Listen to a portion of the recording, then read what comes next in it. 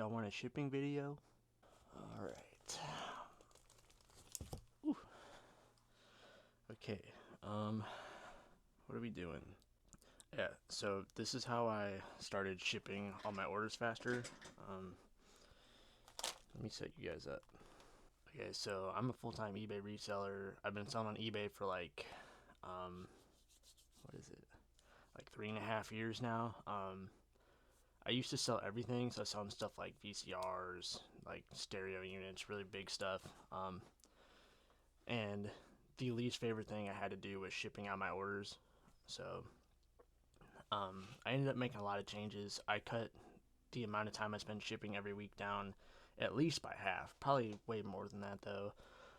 Right now, so from the start, like when I start a timer and I go to start pulling my orders to the time that I'm done packaging the last order, I average about 3 minutes per order that I have. So I can do like 20 sales a day and I'll still only spend an hour a day on shipping. So that's what 12.5% of your work week is only going to get spent on shipping. So it leaves you with a ton of time to do all the stuff that you actually like doing. So I'll tell you how I cut my time down so much. Oh, are we already recording? Okay, cool. My niece just drew this, so I can't erase that. But everything in your business is connected. It's like the shipping, or I guess where would we start? We start with like sourcing, right? So sourcing, it's all connected. So your sourcing is going to be connected to your listing, listings connecting to your inventory, inventory to your shipping, and then I don't know, I guess the cycle would just continue after that. I guess the shipping's not really connected to the sourcing, I would guess. But I was thinking of it like this at first, but I think it's really more like a big rubber band ball where everything is just all touching each other and it's all connected. Um, so what I'm trying to say is, where I used to just buy all kinds of stuff and it would take me forever because I was shipping. I had a pair of shoes, I had a T-shirt, I had a DVD VCR combo unit, I had like a golf club. I was doing all these different things that require all different packages. So I'm not sitting down focusing on one task. I'm like digging through like this closet to look for a shirt, find the shirt. Then I have to go look in this golf bag, find a golf club. Got to go pull this pair of shoes off the rack, find some random VCR in my storage unit. Got to drive back from the storage unit. I have to resize a box to get out like 7 different packing materials. So what I did is I went back to the sourcing part, and now I only source clothes. I only buy clothing. The lighting's a little weird, so sorry if this doesn't show up well, but this is all boxes of clothes here. I pretty much only do clothes at this point. I still have some leftover stuff, and I love thrifting, so sometimes if I find a non-clothing item that's good, I will still pick it up. I just, it's fun. But so I went back and I changed some other parts that were not actually the shipping, but they're still so related to the shipping. So sourcing is really important. If you can narrow down what you're doing, it's going to narrow down every other process you do. Everything's going to be so much faster. Listing, obviously, listing benefits from this too, the same way that shipping does. I know I'm doing the exact same process over and over when I'm listing, so I'm getting really fast at it. I think the inventory is probably the most important part for shipping, because now when my items sell, I'm not digging through a closet for a t-shirt. I'm not looking at a stack of VCRs. All I have to do, can we see the numbers here? I'm just looking through these numbers and I'm grabbing the ones that sold. So, I can sell 20 items in a weekend and it takes me like less, I don't know, like 3 minutes to go find all the 20 items. So that's nice.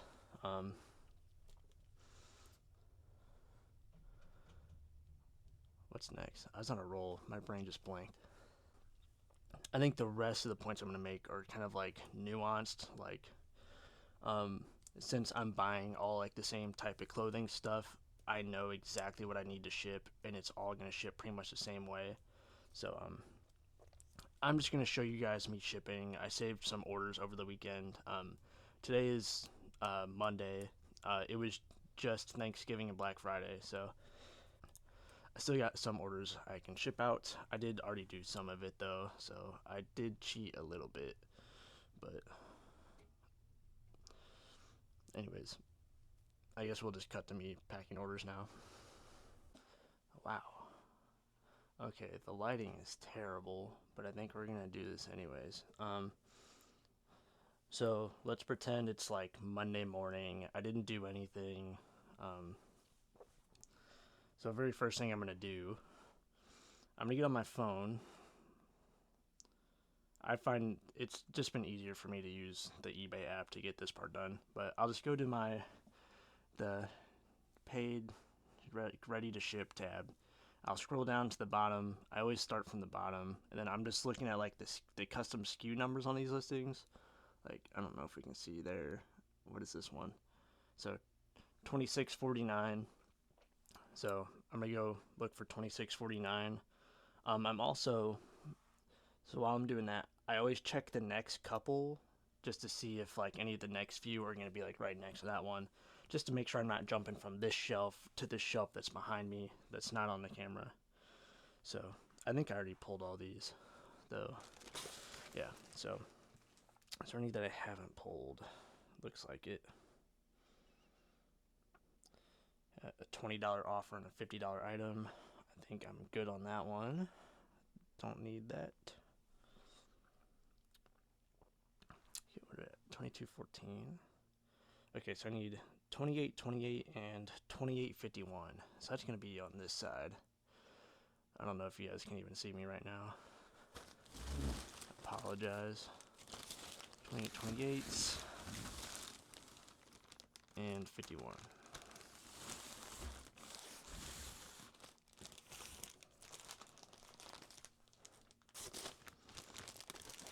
Alright, I do need to get this part, but what I just did after I pulled those orders. So I've got these big boxes. If you need the dimensions on these, I'll try to remember to put it in my description. I just get them on Amazon. I have Amazon Prime, so the shipping's free for it. But I have this little cart on the side here, this metal rolling cart.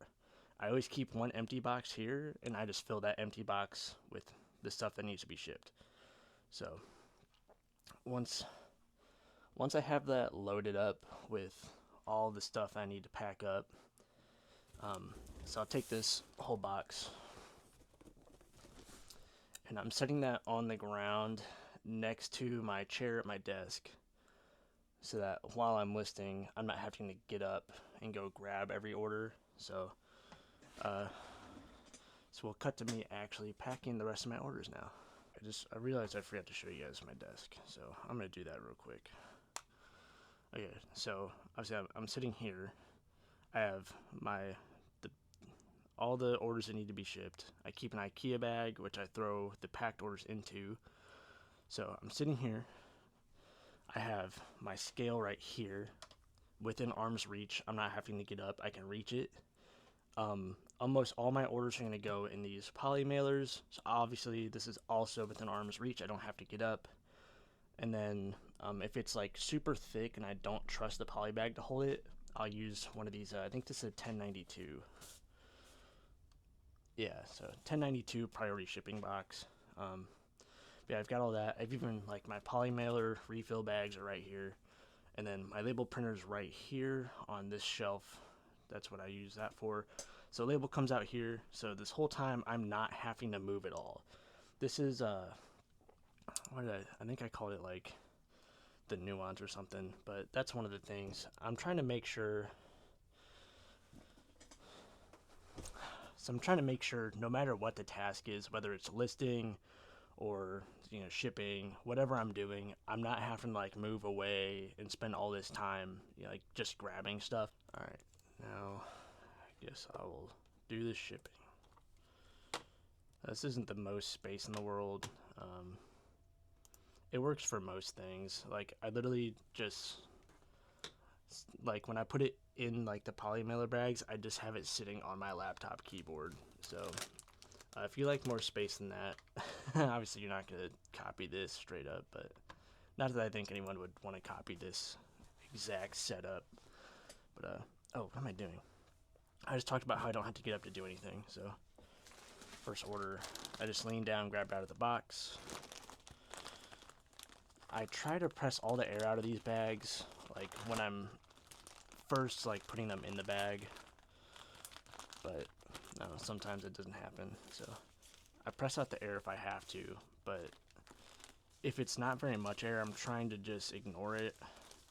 Like there's a part of me that wants to open every single bag and press out every single bit of air in every bag, but it costs me so much time to do all that. I'm trying to just ignore it if it's not too bad, which bothers me, but you know, I don't want to spend all this time pressing air out of bags. So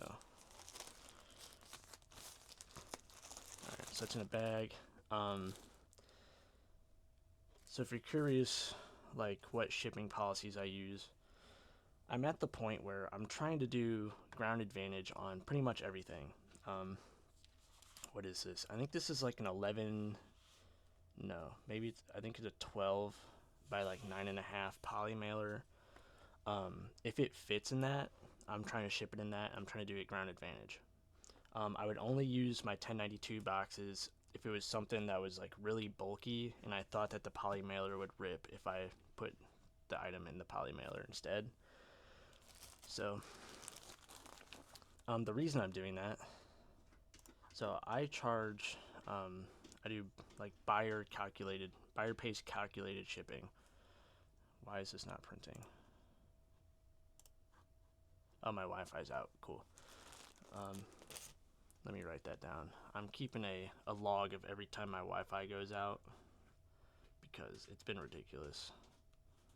I'm averaging like 4 times a day I lose connection.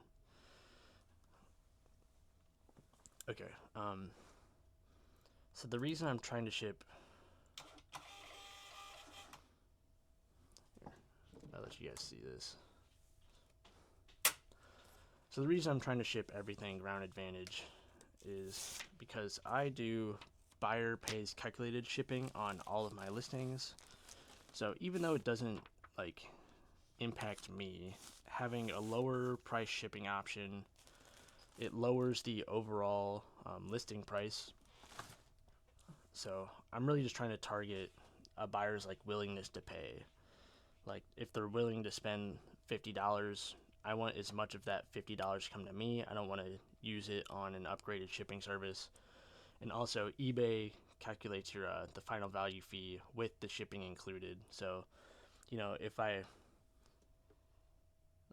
spend $10 on shipping instead of spending $6, that's an extra $4 that's gonna be hit by the 12% final value fee or whatever. So, you know, if I cut my shipping costs down $4 per listing, I'm saving like it's like 40 cents in fees I'm saving per item I sell. So just trying to keep the cost down. I'm no shipping expert. I haven't done a crazy amount of due diligence to figure out if that's really the cheapest way. I know I've not I know I've heard cubic shipping is a thing that's good. Honestly though, at the time that I heard about it, I just wasn't at a place where I was trying to focus on something so like micro. I was having a lot bigger issues with like focus and there was just like bigger issues I could handle with myself inside of my business. I didn't want to do something as small as like changing my shipping policies.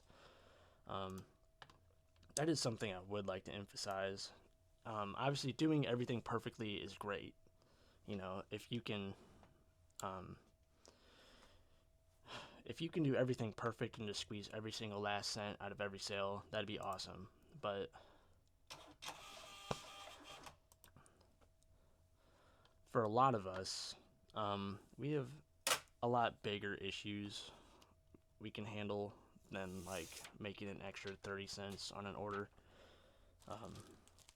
So I watch a lot of personal finance. If you watch Ramit Sethi, you've probably heard the phrase, let's focus on the $30,000 questions and not the $3 questions. So that's what I try to do.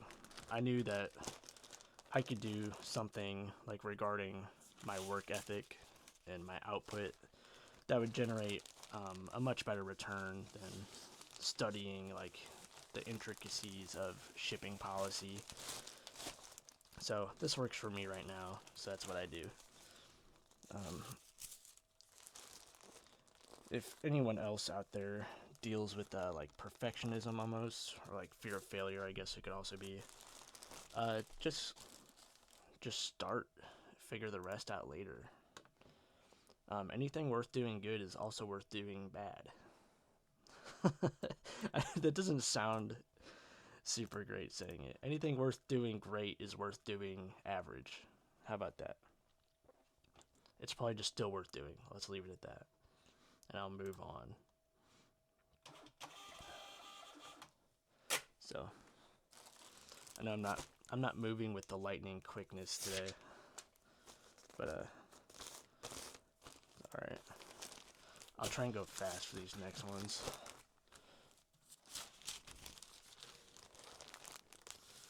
Some of these orders, I used to buy inventory bags, like these clear zipper bags I put the items in. I used to buy bags that were bigger than my poly mailers, and it took me a while to realize, hey, that's kind of dumb. Like, I wanted the bigger bags to have space for bigger items, and then I realized it doesn't really matter if the bag's bigger when my poly mailer is smaller. So I just went down in size on my clear zipper bags, so the bags were now cheaper. It's like 1 cent cheaper for every bag, which isn't a ton, but when I buy like 1,000 at a time, and it saves me a little bit of money. It's like $10. And then now they also fit into the poly mailers much better.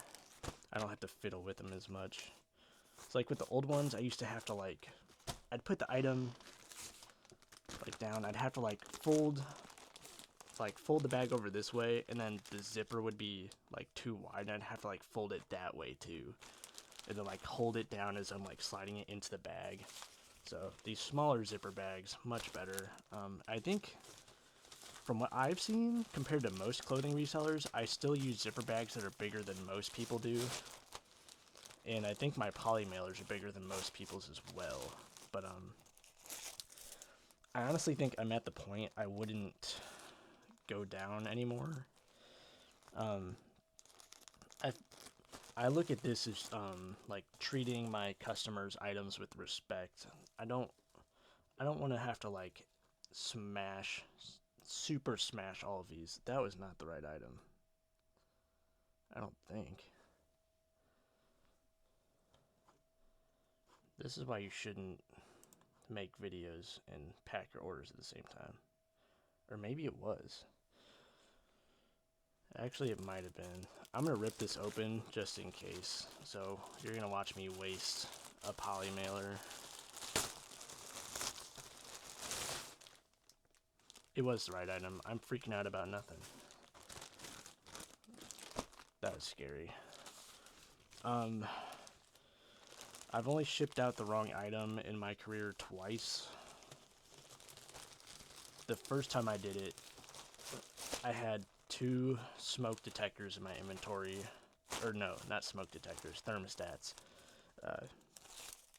They're both fairly valuable. One was worth like $40, the other was worth like $80 or $90. The guy bought the $40 one, and what happened, the day that he bought it, someone ran a red light and totaled my car. So I knew I was going to have to go to the post office the next day still to ship, because I hadn't set my store on vacation mode at that point, so everything still had like a timer on it for like when I had to get it shipped by. So I had one of my fraternity brothers like drive me to my apartment, and I went inside and I packed the order while he was like waiting for me. So I was trying to go as fast as possible, and I grabbed the wrong one. So this guy bought the $40 one. I sent him the like $80 to $90 one. Like he messaged me, he's like, hey, you sent me the wrong one. So I sent him the right one, and I put a shipping label inside the package, and I asked him to ship me the $80 to $90 one back, and he ghosted me. He kept both of them. It's like, I get it. You know, you don't want to have to do extra work because I messed up. I was like, dang, dude. My car just got totaled. Please help me.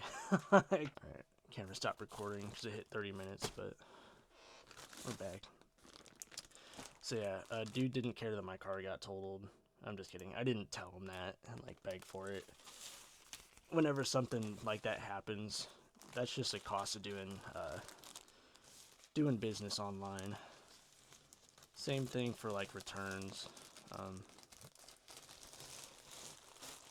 I see a lot of new resellers. I think it's very common. I think every new reseller is going to do it at some point. Like they start to freak out about returns and like, oh, like should I keep the money for the shipping? Like should I make the buyer pay the original shipping and the return shipping? I say no. I don't think that's fair. So I would say like this is for cases of like the item doesn't fit. Like it doesn't matter how many measurements you take. Not everything's always gonna fit if you check all the measurements. It's just, you know, clothing can be weird like that. So it's like, yeah, the buyer does have to pay return shipping one way, because like you kind of take a risk when you're shopping online, right? Especially with like small resellers and not like a big retailer.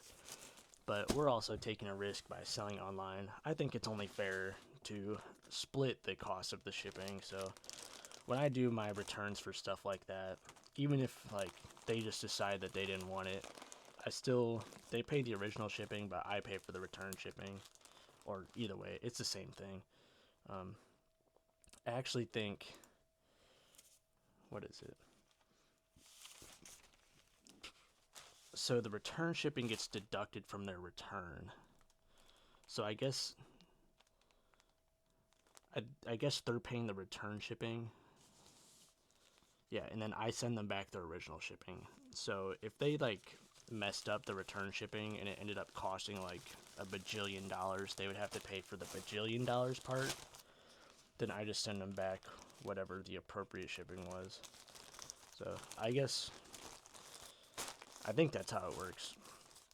Like I said, I try not to think about these things too much. Don't get caught up on the small stuff like returns or little small losses in the business.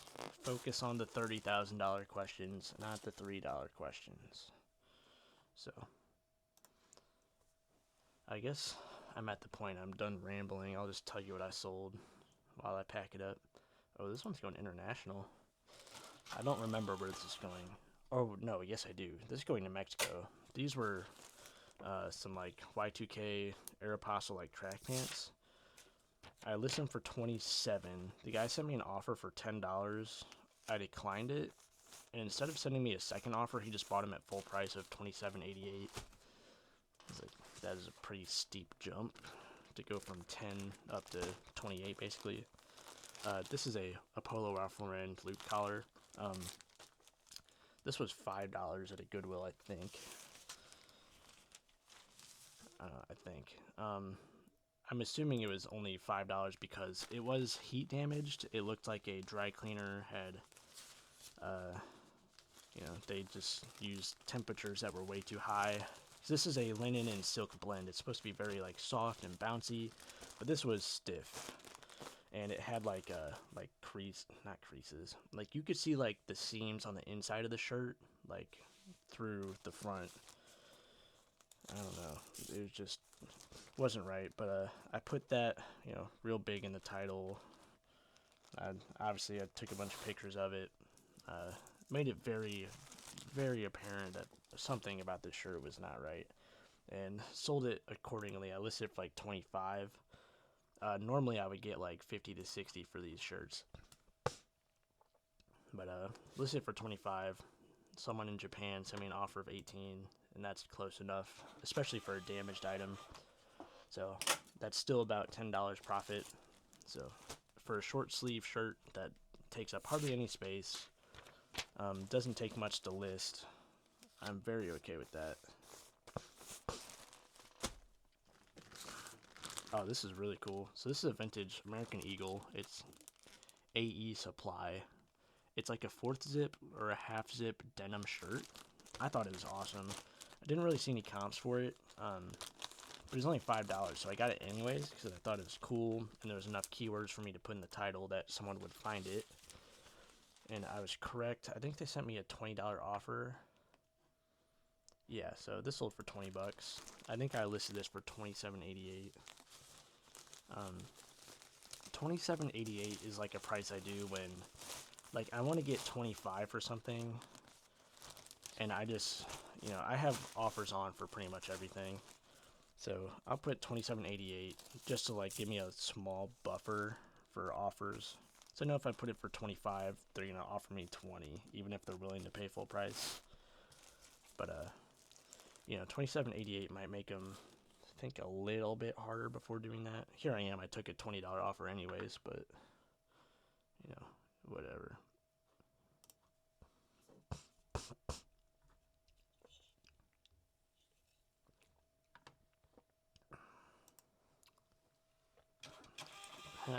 This guy spelled his name wrong. Spelled it Packer instead of Parker. I hope you guys can't see the addresses on these. I don't think you should be able to.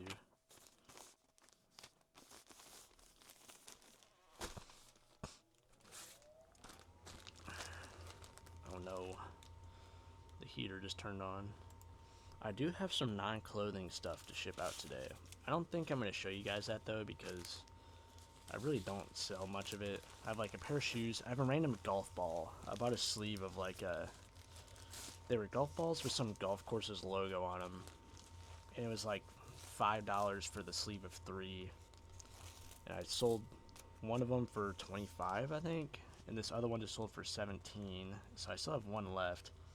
I'm pretty well in the profit.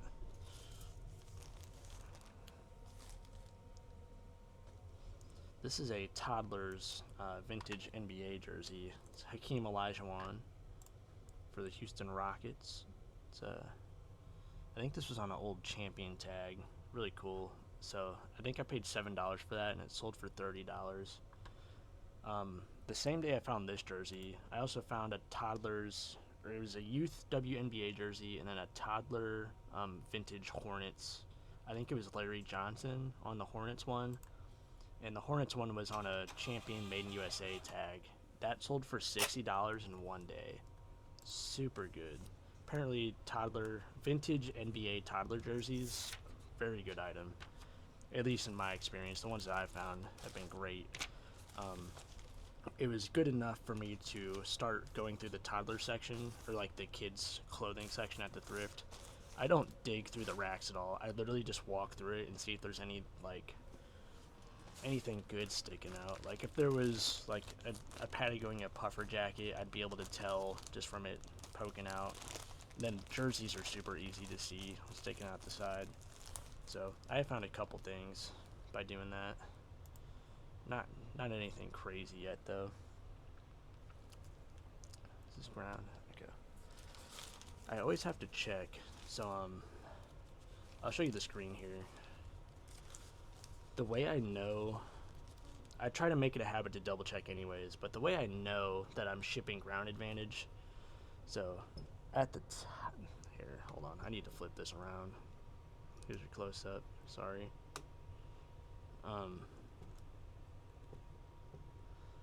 So the dimensions on my priority orders, I put 15 as the first number for the dimension. For Ground Advantage, I put 10. So I do that just so while I'm sitting here shipping, I know a little bit faster whether I should be grabbing a poly mailer or if I should be grabbing like a 1092 box or a padded flat rate envelope. Looks pretty good. This is the last clothing item, so I think I'm gonna go ahead and end it here after we get this packed up.